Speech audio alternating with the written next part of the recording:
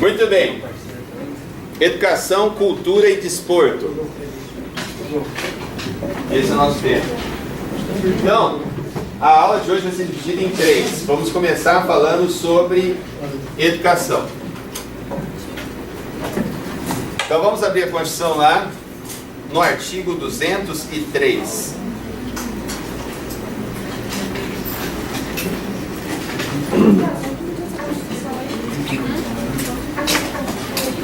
Perdão, 205. 205. Abra a Constituição no artigo 205.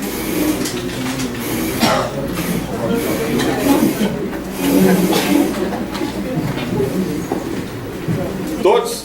Veja, lá está escrito: a educação, direito de todos e dever do Estado e da família. E eu já paro aqui porque tem um IPC que vai ser cobrado na minha prova com certeza. Ou seja, a educação é direito de todos. Eu venho falando já por várias aulas sobre isso. Então quando eu falo a educação é direito de todos, significa que tipo de direito é esse? Que tipo de direito é esse quando se fala de todos?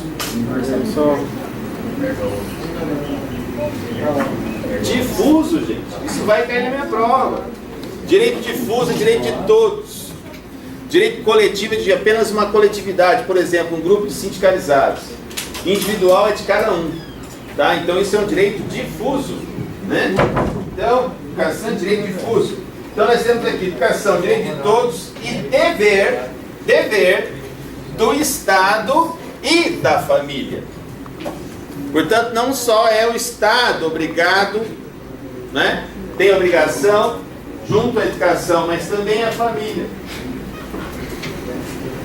Vocês sabiam que os pais que não matriculam o filho na escola respondem por abandono intelectual? Isso é um crime. Crime previsto no Código Penal brasileiro, abandono intelectual. Então, responde a família, né, pela questão da educação, né, pela manutenção da educação. Então, não é só responsabilidade, olha lá, não é só responsabilidade do Estado, é também da família, igualmente da família, dever da família. Então, está bem grifado aí, depois não chora no dia da prova. Aí, continuando. Será promovida e incentivada com a colaboração da sociedade, visando ao pleno desenvolvimento da pessoa, seu preparo para o exercício da cidadania e sua qualificação para o trabalho. Aqui nós temos os 3 objetivos da educação, constitucionalmente falando. Os 3 objetivos estão aqui, escritos aqui, nesse mesmo artigo. Tamanho e importância desse artigo. Que são, visa o quê? Qual é a finalidade da educação hoje no país? Pleno desenvolvimento da pessoa, anotem isso no caderno, os objetivos, pleno desenvolvimento da pessoa, pleno desenvolvimento da pessoa. Segundo objetivo, preparo para o exercício da cidadania,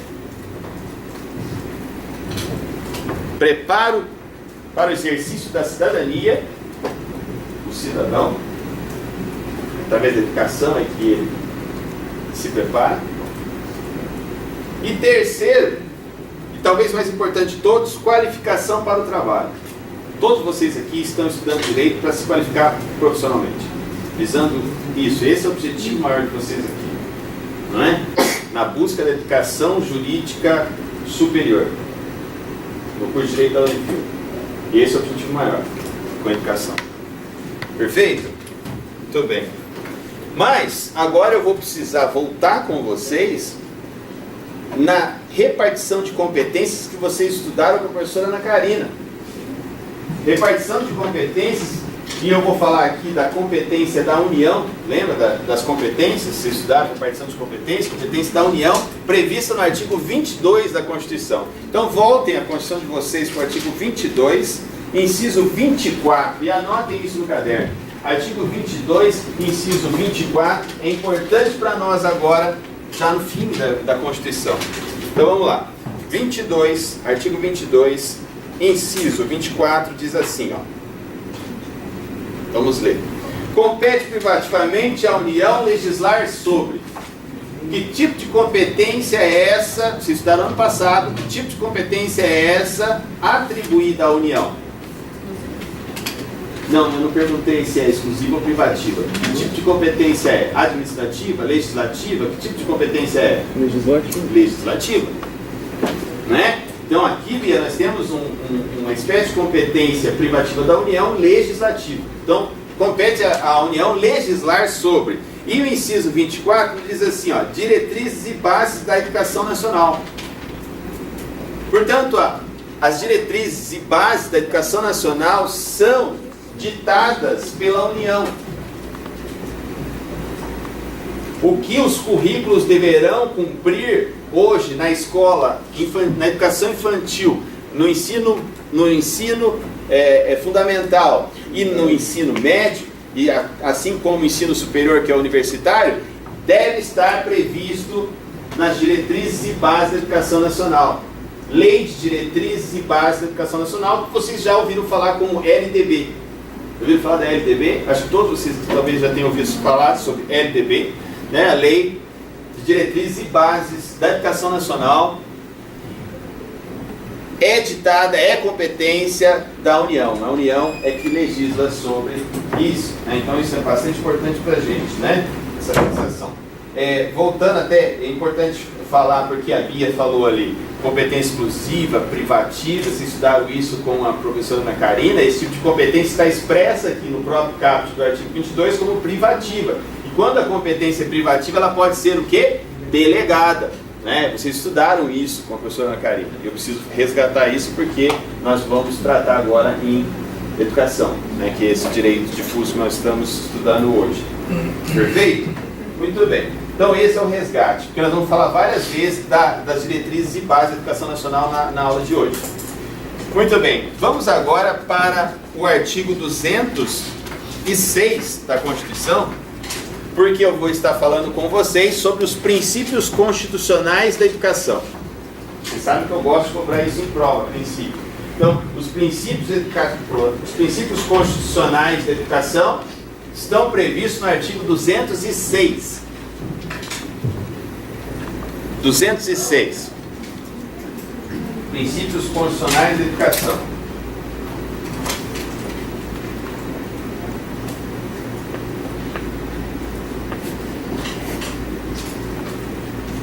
Eu falei aqui para vocês. Todos já viram lá? Vamos lá. 206, ele trata desses princípios. Vamos ver. O ensino será ministrado com base nos seguintes princípios, 2 pontos. Primeiro princípio, o princípio da igualdade. Ele fala, igualdade de condições para o acesso e permanência na escola. Não é só para o acesso, mas também para a permanência na escola. Nós vemos isso, infelizmente, de forma desfavorável para o acesso. Fulano de tal liga para o diretor do colégio estadual e pede uma vaga para o filho dele. O diretor é amigo dele, acaba abrindo uma vaga e passando por cima do cadastro de outras pessoas que deveriam receber essa vaga. Isso não é agir constitucionalmente segundo o princípio da igualdade, do acesso ao ensino público do país. Né? Mas, infelizmente, essa política acontece, né, pessoal? Não há de se falar de outra forma, realmente isso acontece. Esse favorecimento. E a permanência também. A permanência também. Pode alguém que tenha plenas condições de pagar o ensino privado fazer o ensino público? Pode. Nada impede. Eu mesmo, não que eu tinha condições de pagar, mas eu, na minha vida inteira, eu estudei no ensino público. Desde o pré, na minha época chamava pré-escolar. Eu estudei no ensino público, depois eu fui para na época, nem lembro o nome que era dado, mas fundamental. Mas agora é fundamental, mas antes ela tinha outro nome, né? Ginásio, né? Isso, era o ginásio, você ia até a 8ª série, depois você ia para o colegial, e você tinha a opção de fazer o curso profissionalizante. Eu fiz contabilidade. Na minha época eu fiz contabilidade, me formei, e depois passei na UEL e fiz o UEL inteiro, totalmente público, ensino público, eu usufruí do ensino público. Não que eu tinha ou não tinha condições, enfim. Mas é possível, é possível. Então, o acesso e a manutenção deve ser igualitária, segundo o princípio da igualdade, inciso 1º do artigo 206. Inciso 2º fala: liberdade de aprender, ensinar, pesquisar, divulgar o pensamento, a arte e o saber. Muito cuidado com esse princípio, que é o princípio da liberdade do ensino. Né? Recentemente, na nossa história, houve aí a produção de uma cartilha, que era chamada de cartilha do sexo, que era, essa cartilha do sexo era passada para alunos do ensino fundamental, né? Eu não sei se chegou à educação infantil isso, não fui a fundo nessa questão, mas essa cartilha foi retirada, né? Porque trazia conceitos extremamente complexos para esse tipo de idade, também distorcidos, né?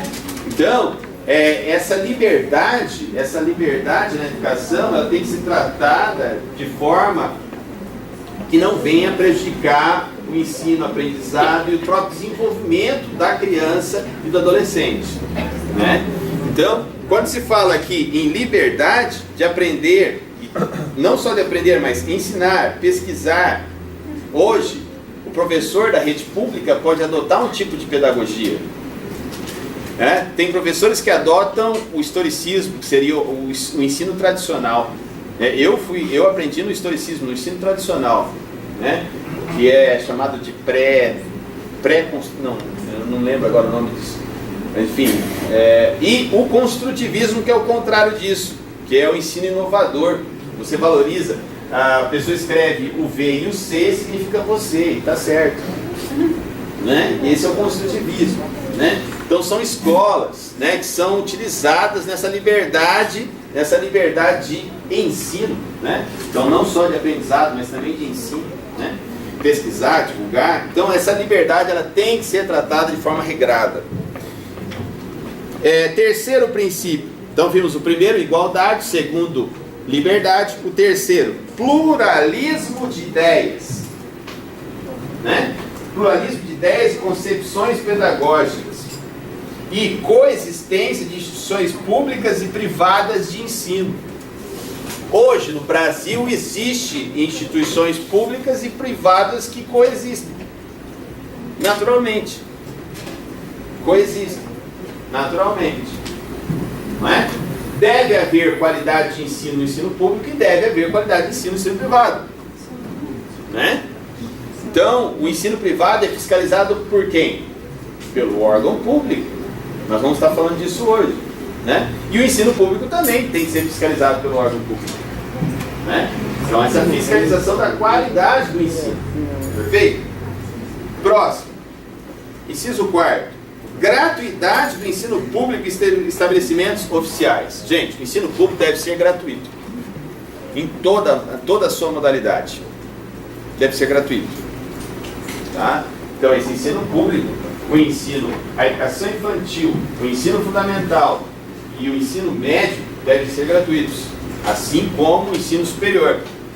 Professor, porque mestrado, às vezes estadual, federal, ele é pago, né? Para incentivo à pesquisa. Mas se você for bolsista, você não paga. Você pode fazer o mestrado, o doutorado como bolsista, você recebe em dinheiro para você estudar. E você não poderá trabalhar, senão você perde a bolsa. No mestrado, no doutorado. Mas você pode fazer o mestrado, o doutorado gratuitamente, desde que você consiga ser bolsista, passar em primeiro lugar no teste seletivo do doutorado, do mestrado, né? Alguém vai passar, e esse alguém não poderá trabalhar, porque ele receberá uma bolsa do governo para poder estudar, só para se dedicar, né? Muito bem. Próximo princípio, o 5º, valorização dos profissionais da educação escolar garantidos na forma da lei plano de carreira, grife isso, plano de carreira, com ingresso exclusivamente por concurso público, grife concurso público, de provas e títulos, né? aos das redes públicas. Então, existe o plano de carreira, não só para professores, mas para todo servidor público. né? Existe plano de carreira. O professor, quando ele ingressa no concurso público, ele entra no nível 1. No nível 1 ele tem um salário, um piso salarial. Esse piso vai haver elevação conforme o quê? Conforme a capacitação do professor, conforme a própria... os anos de serviço prestado enquanto professor, né, até a sua aposentadoria. Ele aposenta no Estado com nível 5. Nível 5 é o nível máximo. Não sei se tem alguém aqui que tem pais que são professores da rede pública. É assim que aposenta. Né? Então, e pode fazer aí um mestrado dentro, que eles chamam de PDE, né? Chamam de PDE, que ainda existe ainda PDE. E é uma espécie de mestrado que você faz dentro, você também tem uma elevação salarial para conta disso, né? Então, isso tudo é plano de carreiras que devem ser implantados em todos os níveis, tanto estadual quanto federal, e assim como municipal também, né? Então, em todos os entes federados, ok? Sexto princípio, gestão democrática do ensino público, né, na forma da lei. Gestão democrática, estamos num Estado democrático, e a própria gestão do ensino, né, a própria gestão do ensino é discutida democraticamente hoje no país, né? Implantação das diretrizes e bases da educação nacional, as mudanças que acontecem frequentemente, né? Isso tudo acontece dentro do Estado democrático de direito, não tem muito o que se falar aqui. Depois, inciso 7º fala a garantia do padrão de qualidade. Então, o ensino público deve buscar a garantia do padrão de qualidade. Infelizmente, a gente não vê, né, essa busca da garantia desse padrão de qualidade necessário para o ensino público hoje do país. Eu já falei para vocês, eu estudei no ensino público a vida inteira, né? Hoje nós estamos num momento complexo do ensino público no país, no Paraná, pior ainda, né, com as ocupações das escolas. Né? Recentemente, na semana passada, morreu um menino, né? Um rapaz morreu dentro de uma escola ocupada, né? Por uso de drogas, né? Enfim. E aí o que acontece? São situações complexas, né? São situações complexas que devem ser tratadas. Um dos diretores de um grande estabelecimento público entrou em contato comigo, enquanto advogado, perguntando o que iria acontecer antes que acontecesse o que aconteceu. Eu disse que a escola poderia sim ser ocupada, mas depois ele teria que entrar com um processo de reintegração de posse dessa escola, né? E foi o que aconteceu, e hoje os juízes estão dando aqui em Londrina e no Paraná, estão concedendo liminares em processo de reintegração de posse, né? Para que então possam reintegrar a posse e voltar às aulas normais. Agora, o que vai acontecer com o ensino público não se sabe, né? Vários estabelecimentos públicos do ensino em greve, né? Então são situações em que passamos por isso. Eu passei por isso na UEL. Quando fiz a Universidade Estadual de Londrina, eu tive 9 meses de greve durante a minha graduação, né? Então foi difícil. 9 meses de greve é uma grande lacuna dentro da sua graduação, né? Que é uma lacuna irreparável, né? Então, infelizmente, lamentamos, né? E a Constituição busca esse princípio, que é a garantia do padrão de qualidade, né? Mas o padrão de qualidade muitas vezes esbarra com a burocracia, né? Muito bem.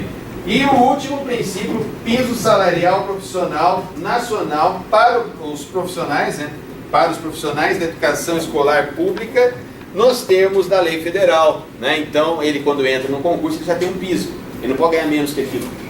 Então, ele é o piso salarial dele, ele começa a ganhar naquele nível 1 e ele vai elevar e chegar até a última elevação quando ele se aposentar, o professor, dessa maneira, ok?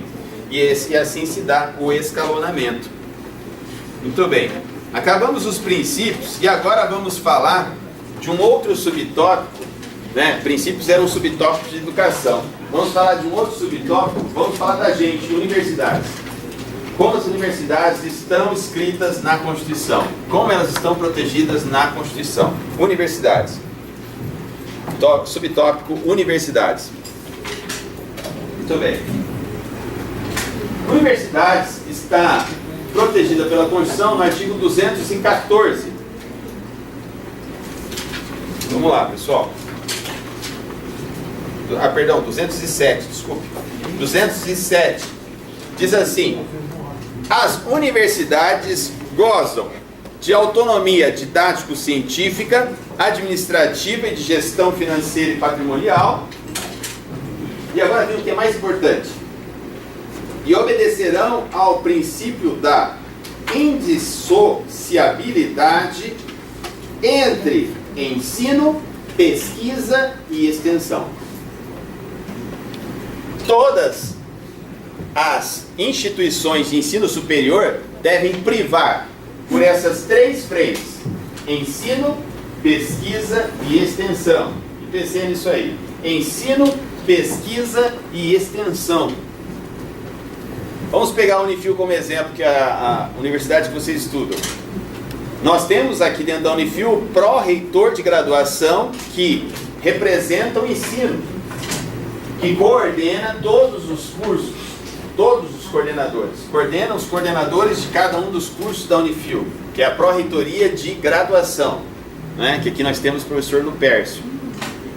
Nós temos a pró-reitoria de extensão, que representa a extensão, os projetos de extensão, como o Restaurando Londrina, que é o projeto ao qual eu coordeno, é um dos projetos, que atende o social, porque a educação ela deve atender o aluno e também atender a sociedade.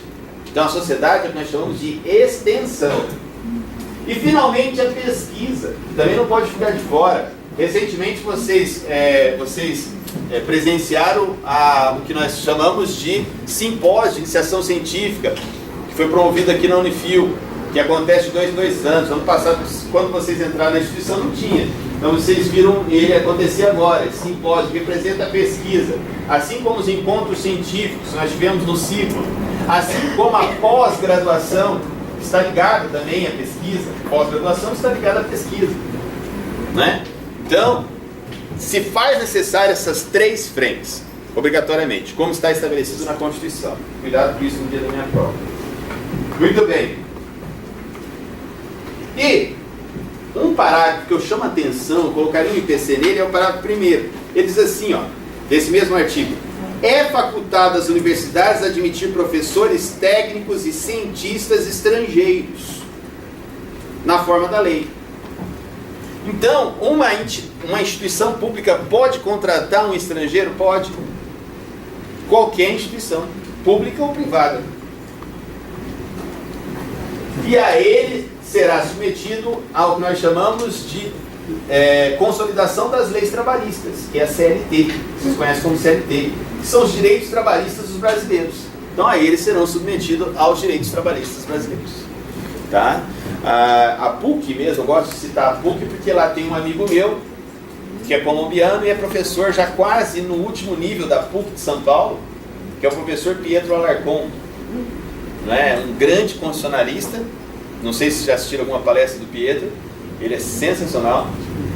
E o Pietro está há muitos anos aqui no Brasil. Ele veio já para entrar na PUC, a convite. Está na PUC lá há muitos anos. Já está quase chegando ao status de professor catedrático, como o professor Dalmo Dallari, Miguel Reale e tantos outros, né, do status. E saibam vocês, vou gastar 3 minutos falando uma experiência que eu tive com o professor Pietro Alarcon, que foi uma experiência arrepiante. Nós tivemos nós chamamos o Congresso de DCC, Direito Constitucional do professor Zumar, acho que vocês foram já nesse congresso, foram? Ele acontece em abril. Estava o professor Pietro Alarcon lá, ministrando uma palestra, pô, Marista cheio. Presta atenção, gente, isso é único. E de repente, chega no Teatro Marista, depois eu tenho que editar essa fita. Chega no Teatro Marista ninguém mais, ninguém menos que José Afonso da Silva. Aos seus 90 anos de idade, o pai do direito constitucional. Todos estudaram, inclusive Pietro Alarcon estudou com José Afonso da Silva. E ele chega e senta na primeira fileira e começa a prestar atenção na palestra do Pietro. De repente ele interpela, levanta a mão, sem microfone, e diz assim: eu gostaria de uma parte. No meio do Marista.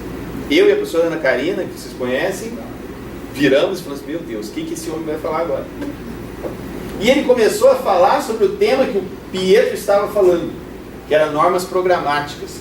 que ele trabalha no livro dele, Direito Constitucional Positivo, de forma muito apropriada. E ele falou durante 10 minutos, discordando do posicionamento do palestrante, mas discordando com toda a classe.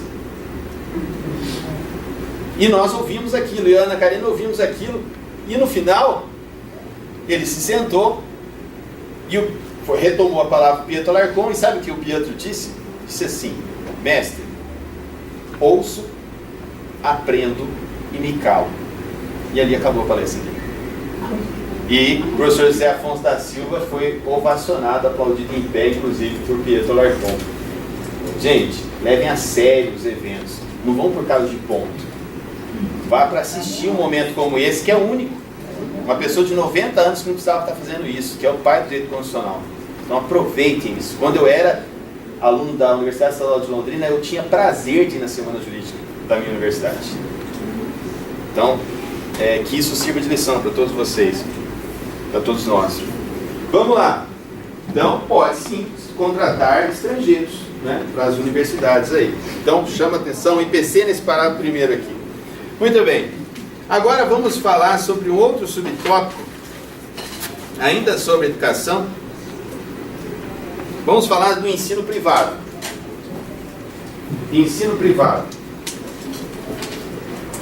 Estávamos falando até agora do ensino público, e agora vamos falar do ensino privado. O ensino privado está previsto no artigo 209. 209 da nossa Constituição. Veja lá. 209 diz assim, ó: o ensino é livre à iniciativa privada, atendidas as seguintes condições. Então, pode haver ensino privado no país? Pode, desde que obedeça aos requisitos. Então, e perceba isso aí. Quais são os requisitos para a existência do ensino privado no Brasil hoje? Quais são os requisitos? Estão aqui, no próprio artigo 209. Para o ensino privado no Brasil. Estão aqui no inciso 1º e 2º do artigo 209, que diz assim, o inciso 1º: cumprimento das normas gerais da educação nacional. Que normas gerais são essas? Eu vou te falar. Quando nós vimos lá a repartição de competência legislativa, o que eu falei lá? Falei que ia falar depois. As diretrizes e bases da educação nacional. Então, pode haver ensino privado? Sim, pode, desde que ele obedeça à lei de diretrizes, a LDB. Os currículos mínimos, as disciplinas mínimas que devem constar, outras de maneira obrigatória, outras de maneira facultativa. Porque se não obedecer ao currículo mínimo, esse estabelecimento vai ser fechado pelo poder público. Não é? Então tem que obedecer. Não é porque é pago que pode fazer o que quer dentro do estabelecimento. Né? E o segundo e último requisito fala: autorização e avaliação de qualidade pelo poder público. A Unifil é uma instituição privada e filantrópica que passa cronologicamente por avaliação do poder público de qualidade. Hoje, o curso de Direito ele é pontuado, vai sair o resultado agora no mês que vem, mas a gente tem certeza que já fizemos o cômputo, de uma nota máxima 5, o curso de Direito é pontuado com 4,2, quase 5, nosso curso de Direito. Né? Então, é uma nota bem elevada. Quem faz esse padrão de avaliação é o MEC, Ministério da Educação, Poder Público, representado aqui, mas pode ser Secretaria Municipal de Ensino, a Secretaria Estadual de Ensino, depende do departamento e de onde provém o ensino, esse ensino, essa educação privada. Então, entenderam? 2 requisitos: cumprir a LDB e cumprir com os requisitos avaliados pelo poder público. Beleza? Muito bem, vamos avançar.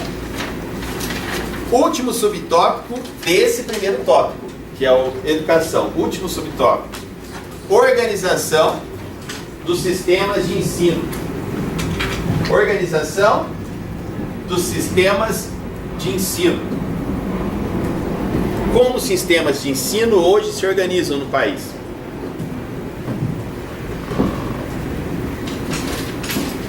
Para falar em sistemas de ensino e organização, nós temos que falar em entes federados. E aí nós começamos pelo ente federado União. A quem compete a educação? Aliás, é o contrário. A União compete que tipo de educação?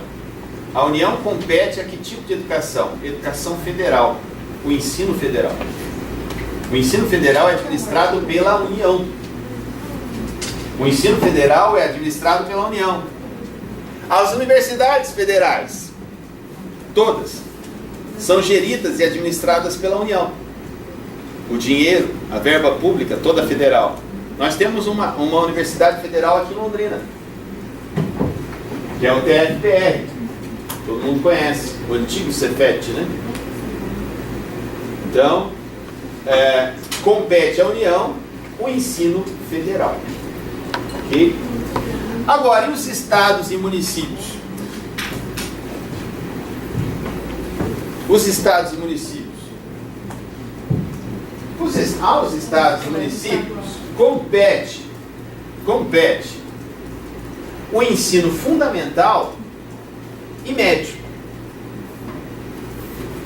Compete o ensino fundamental e médio.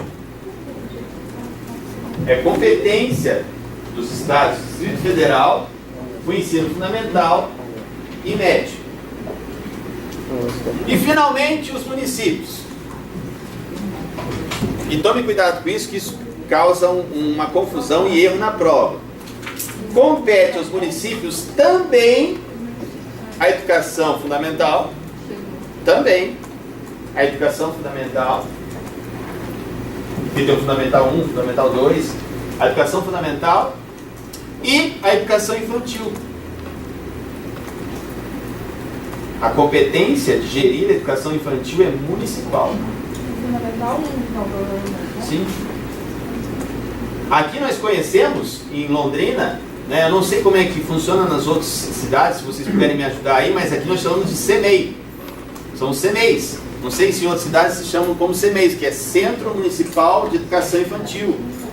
Escola municipal. Escola municipal, depende da terminologia. Aqui é chamada de CEMEI. Né? A minha esposa passou no primeiro concurso que existiu aqui em Londrina, do CEMEIs, né? E logo assumiu a super creche, que vocês conhecem ali, que fica do lado do museu, no centro. E nós mudamos, nós não éramos daqui, nós éramos de Cornélio e mudamos para cá por conta disso. Ela passou no concurso público, no primeiro concurso público, e nós viemos para cá.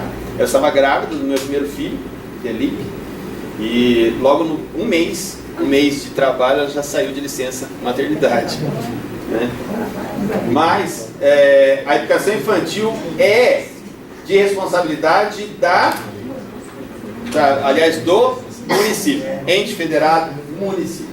Beleza? Professor, Oi. e aquelas escolas, são escolas militares, mas que oferecem ensino médio e mais, é da União? Sim, ligados à União.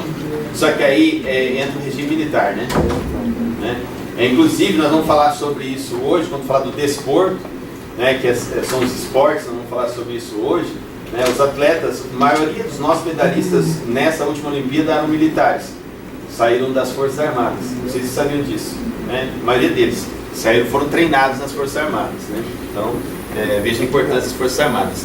Só um detalhe para estudo, só a título de estudo de vocês, tá? Quando eu falei aqui dos municípios, está escrito no artigo 211, parágrafo 2º.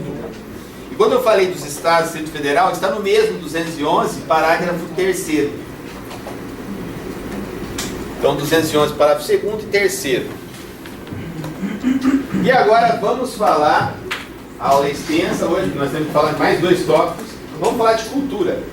Então, agora fechou esse tópico educação, fechamos, encerramos ele e abrimos agora um novo tópico chamado cultura.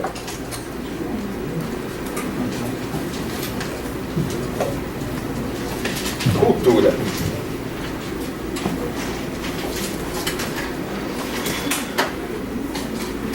Cultura começa na seção 2, quando nós falamos aqui no artigo 215 sobre os direitos culturais. E vocês já estão aprendendo o direito cultural com a professora Ana Karina esse ano, que a professora, não é a professora Ana Karina? Não, a professora Ana Paula. Então você deve ter aprendido com a professora Ana Paula. O direito cultural é direito o quê, gente? Humano. É um dos 5 direitos humanos que existem. Quais são os 5 direitos humanos? Civis, políticos, econômicos, sociais e culturais. Direito cultural é direito humano.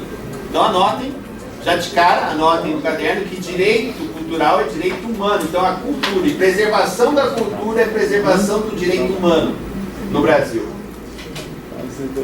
Vou cobrar isso na prova.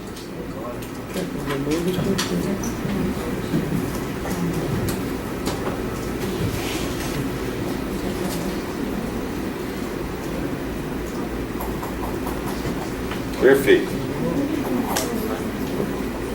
E o artigo 215 nos diz: o Estado garantirá a todos direito difuso. Falou a todos, direito difuso. Garantirá a todos o pleno exercício dos direitos culturais. Esse direito cultural é o quê? Direito humano. Não vai me esquecer disso. Exercício dos direitos culturais e acesso às fontes de cultura nacional, e apoiará e incentivará a valorização e a difusão das manifestações culturais. Né? Esse artigo 215 trata de 2 assuntos importantes para nós. O primeiro deles é que fala aqui acesso às fontes da cultura nacional. A todos é garantido acesso às fontes da cultura nacional. Nós temos acesso, via de regra, através dos museus, né, os museus históricos. Quando eu faço viagens para o Nordeste, a primeira coisa que eu vou fazer é fazer a parte cultural. Porque o nosso Nordeste ele é repleto dos aspectos culturais e históricos do nosso país. Né? Eu estive lá em Porto Seguro, lá em Cabralha, que foi onde a seleção alemã, a nossa fatídica seleção alemã, né? Não preciso nem falar porquê, ficaram em Cabralha, que é muito precário, pouquíssima infraestrutura, mas foi ali que as naus chegaram, Pedro Alves Cabral, ali rezou a primeira missa, e tem a mesma capela, está lá ainda. Então, gente, tremendo a história do Brasil. Então, vamos fazerem, se vocês fizerem essas viagens, façam a parte histórica. A história é fundamental, vocês são do direito, é fundamental para vocês. Eu estive também lá em Porto Velho, num congresso da OAB. Porto Velho é a história do Brasil, fala da estrada Madeira-Mamoré, a estrada ainda existe. As primeiras locomotivas do Brasil passaram por essa estrada, Madeira-Mamoré. Elas estão lá no Museu Histórico de Roraima, de Rondônia, aliás, né, Porto Velho. Então, é extremamente importante que vocês tenham essa noção da história, da cultura e o acesso à cultura, né? E incentiva a difusão das manifestações culturais, carnaval, festas folclóricas, tradicionais, inclusive afro e indígenas, que são parte histórica do Brasil, evolutiva do Brasil, da própria evolução do Brasil, né? E o parágrafo 1º nos diz: o Estado protegerá as manifestações culturais das culturas populares indígenas e afro-brasileiras e de outros grupos participantes do processo civilizatório nacional, mas especialmente a cultura indígena e a cultura afro, né, que é a origem do Brasil, né, os escravos e os índios que já existiam aqui, né. Cabralha, você vê toda a aldeia ainda ali conservada em forma de museu aberto, natural. Isso é fantástico, você entra nas taperas, coisas assim muito, muito interessantes. Quando forem para Porto Seguro, vamos nessa visita. Muito bem. Continuando aqui, o parágrafo 2º diz: a lei disporá sobre fixação de datas comemorativas de alta significação para diferentes segmentos étnicos nacionais, o carnaval mesmo, né, comemorado todo ano, uma data fixa, né? Então são datas comemorativas folclóricas que são comemoradas, né, através da cultura do Brasil, né, e a manutenção dessa cultura, né, rico em cultura do Brasil, né? Muito bem.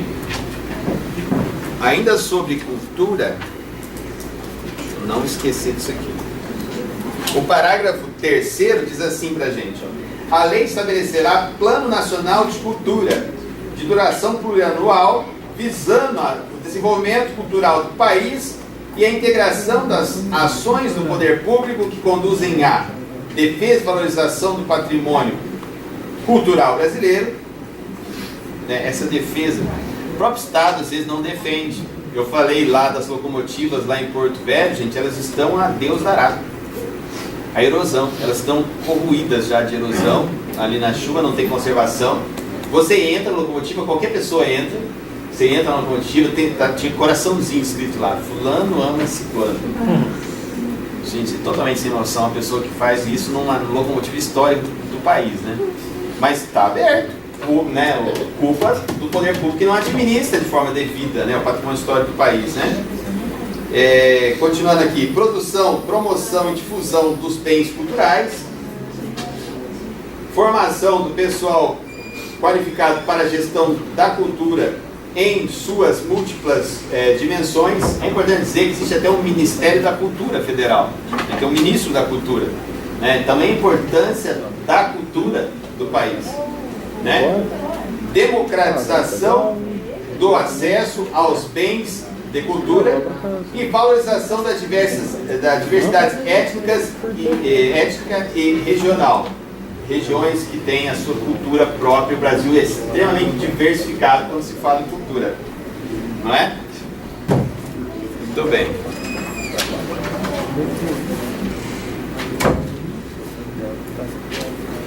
E só mais um detalhe sobre o direito cultural, sobre a cultura, é que os bens públicos, culturais, são tombados, são objetos de inventário, são inalienáveis depois de tombados, né?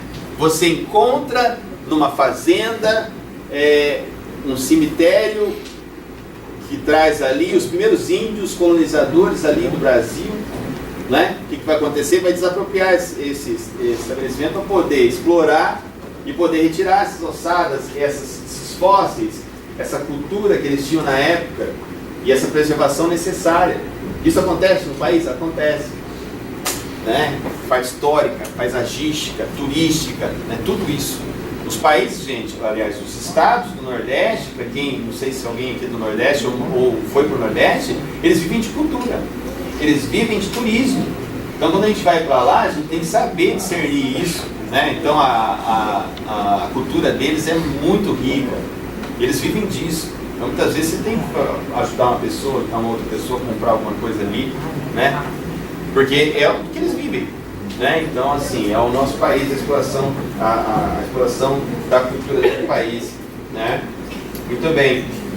Então, isso esses bens são tombados, eles são vigiados, eles são cuidados pelo poder público, necessariamente. Tem um exemplo triste, que é o caso das locomotivas lá que eu presenciei lá em Porto Velho, mas existem outros exemplos muito bem preservados no país também, que respeitam o direito cultural brasileiro. Perfeito? E agora vamos para a parte final da aula, terceiro e último tema de hoje, que diz respeito ao desporto. Desporto.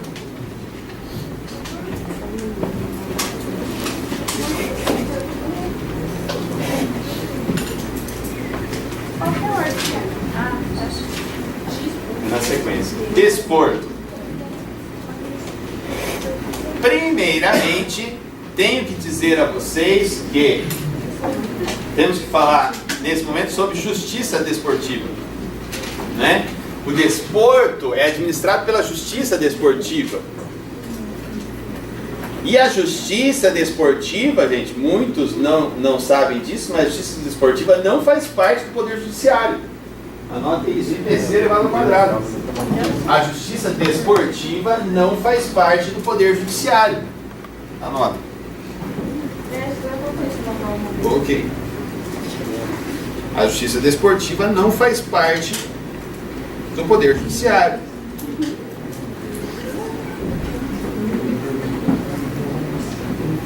O que vem a ser a justiça desportiva? Uma justiça administrativa. É uma justiça administrativa. Assim como nós conhecemos no servidorismo público, no funcionalismo público, nós conhecemos como sindicância, processo administrativo. Então são órgãos administrativos que não estão ligados ao Poder Judiciário. E caso o atleta se sinta injustiçado, não se sinta satisfeito com a decisão da Justiça Desportiva, ele poderá recorrer ao Poder Judiciário, desde que concluída a sentença por processo administrativo na Justiça Desportiva. Mas vocês têm que saber que quando se fala em desporto, primeiramente se fala em Justiça Desportiva, administrativa. Não são juízes concursados. E a Justiça Desportiva está ligada com os órgãos do desporto, que são as confederações. O futebol, o vôlei, o basquete, as federações e confederações que administram esses esportes no Brasil.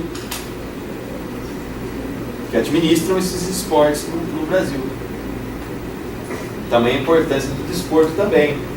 Vamos estar falando um pouco agora sobre isso. O artigo 207 começa a tratar sobre o desporto. Então vamos lá. Artigo 207 diz assim, pessoal. 217 diz assim, ó. É dever do Estado fomentar práticas desportivas, formais e não formais. O que são práticas formais e não formais? Práticas desportivas. Formais está ligado com as confederações, os esportes formais, o profissionalismo dentro do esporte, os esportes de alto rendimento. Perfeito? Esse é o desporto formal. O desporto informal, ele está mais ligado à saúde do que propriamente ao esporte, ao profissionalismo do esporte. E nós temos aí o esporte como qualidade de vida. Hoje, os idosos vivem muito mais por conta do esporte. Tem uma vida muito mais longa, muito mais progressiva por conta do esporte. Os idosos morriam, tinham uma perspectiva de vida muito menor. Hoje se chega muito mais facilmente aos 90 anos por conta do esporte, qualidade de vida. Então, o esporte está ligado com a qualidade de vida, não é? Muito bem. Então, práticas desportivas formais e informais, ou seja, não formais. Está escrito na Constituição, não formais, né? Iniciativas públicas acontecem a toda hora. Por exemplo, projetos sociais ligados ao esporte, escolinhas que tiram crianças da rua, do crack, das drogas e colocam ela em projetos para que essa criança se desenvolva. Aquela menina mesmo, que foi campeã olímpica pelo judô, a Rafaela, todos viram isso aqui no Brasil, foi campeã olímpica. Ela saiu, gente, de um lugar que vocês não imaginam, uma favela de tráfico intenso de drogas. Ela saiu daquela comunidade através de um programa social e ali ela evoluiu e chegou onde ela chegou. Campeã olímpica no Brasil, brasileira. Vocês sabem o que é isso? Eu também não sei porque eu não sou campeão olímpico, mas enfim, né? Deve ser um negócio muito top, né? E isso é fruto de, claro, e ela mesma reconhece isso, do próprio incentivo do poder público. Dentro dos programas a qual ela passou, vi uma entrevista dela falando sobre isso, a evolução dela até chegar a ser campeã olímpica, né? Saindo do nada, né? Muito bem, continuando no artigo também, 217, diz lá, o inciso 1º, a autonomia das entidades desportivas, dirigentes e associações quanto à sua organização e funcionamento são as federações. Então, a federação de vôlei pode mudar as regras do vôlei? Até pode, se a Confederação Internacional assim aceite. E às vezes não é necessário, né? Dependendo da regra que é alterada no esporte. Não é necessário, não é? Então, existe aí as regras da arbitragem, né? Então, a arbitragem é feita de uma forma, Hoje o uso da tecnologia na arbitragem é maior, alguns países não têm tanta tecnologia com relação à arbitragem, mas está ligado com o desporto, né, relacionado, né? Então, mas existe a autonomia das federações dentro do profissionalismo, do esporte profissional, né? Inciso segundo, destinação de recursos públicos para a promoção prioritária do desporto educacional, que é o que eu estava dizendo para vocês. Muitas vezes a criança não tem condição nem para comer. Coloca ela no programa de esporte e já matricula ela na escola. E ela já vai ficando na escola, juntamente com o esporte, e você transforma essa criança num cidadão e possivelmente num atleta de alta performance. Não é? Quem sabe? Então isso é muito importante, né? Inciso terceiro, tratamento diferenciado do desporto profissional e o não profissional. É óbvio que tem que ser tratado de forma diferente. O desporto profissional, até o investimento é diferenciado. Graças ao investimento do poder público melhorou, porque antes era totalmente, vamos dizer assim, rudimentar, né? Isso era primitivo mesmo. No Brasil não tinha. Você trabalhava como você fazia ginástica olímpica. É impossível, gente. Ginástica olímpica, você tem que treinar pelo menos 12 horas por dia. Todos os dias. Para você se transformar numa atleta de alta performance. O rapaz lá, o nosso medalhista de ouro e agora de prata, qual é o nome dele? Não, aquele, das argolas, o Zanetti, ele fala o tempo que ele treina, gente, é freneticamente treinando. Assim, chega uma hora que você estressa com aquilo. A Daiane já dizia, a Daiane dos Santos, né, ela dizia que ela não via a hora de parar, tanto que você viu, tanto que ela engordou depois que ela parou, né? Tanto que ela engordou, porque o maior martírio dela era não podia comer.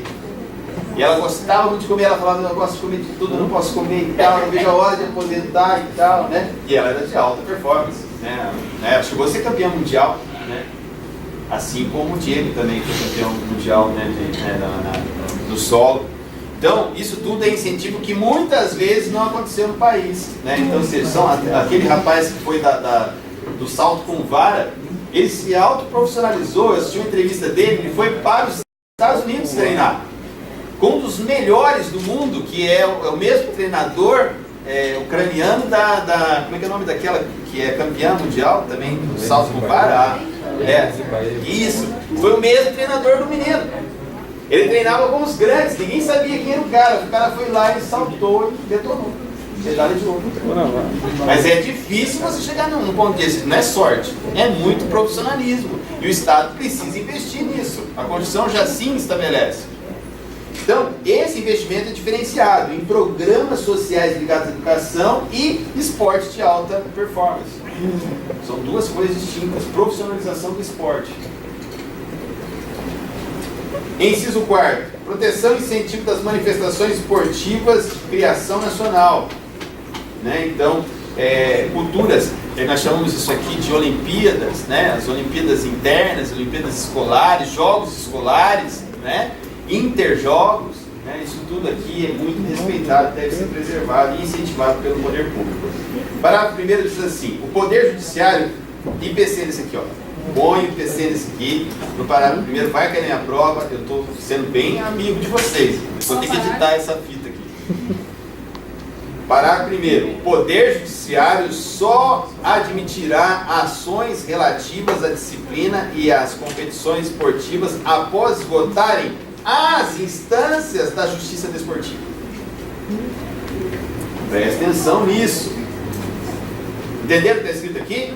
Então, o poder judiciário, ele vai ser o quê? Ele tem caráter, na justiça desportiva, ele tem caráter subsidiário. O que é caráter subsidiário? Ele só vai ser acionado depois da justiça desportiva, esgotados todos os meios da justiça desportiva. Hoje a justiça desportiva vem à tona quando se fala uma penalidade para um jogador de futebol, normalmente, ou um doping. Aí é que nós vemos a justiça desportiva aparecendo, né, mais evidente. ou um escândalo envolvendo um juiz no brasileiro, aconteceu em brasileiros anteriores, aí, campeonato brasileiro anterior, que juiz que mudou 3, 4, 5 jogos. 5 jogos por dinheiro. Né? Então, uma coisa escandalosa, absurda. Tá? Parágrafo 2º. A justiça desportiva, e pensei nisso aqui também, a justiça desportiva terá o prazo máximo de 60 dias. Vocês sabem que eu gosto de prazo, né? Na prova. 60 dias contados da instauração do processo. Anotem na íntegra ele. Anotem no caderno. Do processo para proferir a decisão final.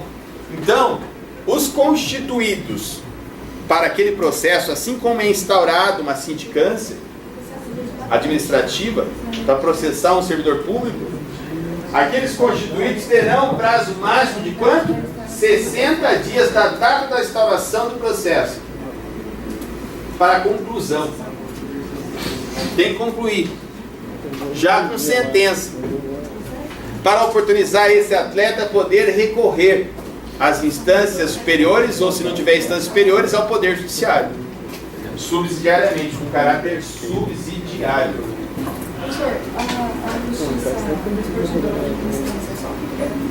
Então, como sendo um procedimento administrativo, se formam sindicâncias, portanto acaba sendo uma instância só, né?